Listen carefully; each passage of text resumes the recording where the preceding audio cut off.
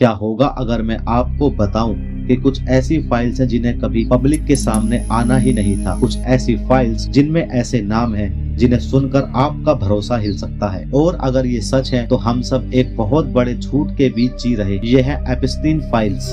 नहीं, ये कोई नेटफ्लिक्स की सीरीज नहीं है और ना ही व्हाट्सएप यूनिवर्सिटी का फॉरवर्ड मैसेज है। ये मामला थोड़ा ज्यादा गंभीर है। कल्पना कीजिए एक बंद कमरा, दीवारों पर सीसीटीवी, टेबल पर सीलबंद डॉक्यूमेंट और एक फाइल जिस पर लिखा था क्लासिफाइड। कहानी शुरू होती है एक लीक से, एक अनजान अकाउंट से, एक रहस्यमय ईमेल से, और फिर अचानक वायरल हो जाते हैं कुछ डॉक्यूमेंट्स जिन्हें लोग एप्स्टीन फाइल्स कहने लगे। इन फाइल्स में क्या था? कुछ नाम, कुछ सीक्रेट ट्रांजैक्शन, कुछ ऐसे कनेक्शन जो शायद कभी सामने नहीं आने चाहिए थे। लेकिन असली सवाल ये है, अगर ये फाइल्स नकली थी तो इतने लोग क्यों डर गए? और अगर ये असली थी तो फिर इन्हें छुपाने की जल्दी क्यों थी?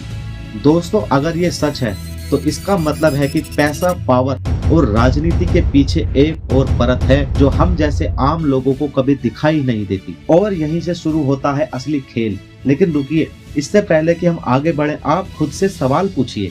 अगर आपको ऐसी कोई सीक्रेट फाइल मिल जाए, क्या आप उसे दुनिया के सामने लाएंगे या अपनी सुरक्षा के लिए चुप रहेंगे?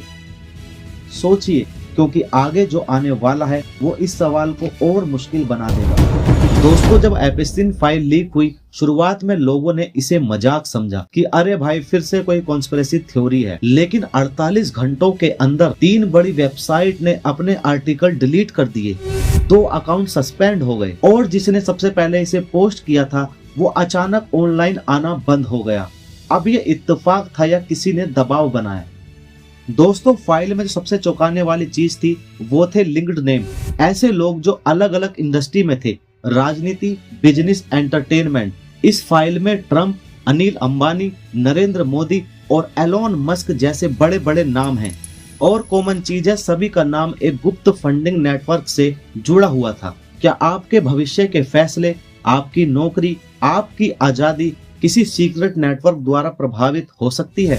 लेकिन कहानी यही खत्म नहीं होती। फाइल्स में एक और सेक्शन था जिसे फेज 2 कहा गया, और यही वो हिस्सा है जिसने सबको हिला दिया, क्योंकि फेज 2 में लिखा था डिजिटल इन्फ्लुएंस मॉडल। इसमें बताया गया था कि कैसे सोशल मीडिया ट्रेंड्स, कैसे वायरल वीडियो, कैसे हैशटैग्स लोगों की सोच तक मोड़ सकते हैं। अगर एप्स्टीन फाइल्स सही हैं तो इसका मतलब है कि हम ऐसे युग में जी रहे हैं जहां जानकारी ही असली हथियार है और जिसे कंट्रोल है वो गेम जीत रहा है। लेकिन खतरनाक हिस्सा अभी बाकी है। फाइल के आखिरी पन्नों में एक लाइन थी, ऑपरेशन रीसेट, टारगेट ईयर 2027। इसका क्या मतलब था? क्या कोई नया सिस्टम आने वाला है, या कोई नई पॉलिसी शिफ्ट होने वाली है, या और कुछ बड़ा होने वाला है? अब सवाल ये नहीं है कि एप्स्टीन फाइल असली है या नकली। असली सवाल ये है, क्या हम सवाल पूछना बंद कर चुके हैं? क्योंकि सच चाहे जो भी हो, एक बात तो साफ है, डिजिटल दुनिया में नैरेटिव वही चलता है जो सबसे जोर से बोला जाता है। डरना जरूरी नहीं है, लेकिन जागरूक रहना जरूरी है, क्योंकि जानकारी ही पावर है। वैसे अगर आपको ये सब सुनकर लग रहा है कि भाई अब तो मोबाइल फेंक देता हूँ, मोबाइल मत फेंकिए, बस उसे समझदारी से इस्तेमाल कीजिए। अगर एप्स्टीन फाइल एक झूठ है तो हमें फैक्ट चेक करना सीखना होगा।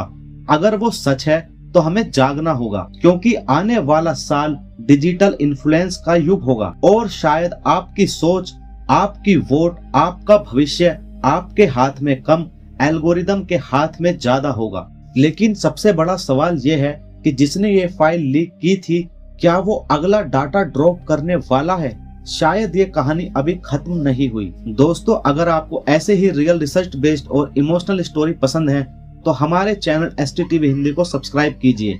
क्या आपने ये वाली वीडियो देखी? क्लिक कीजिए, मैं आपसे वहीं मिलूंगा।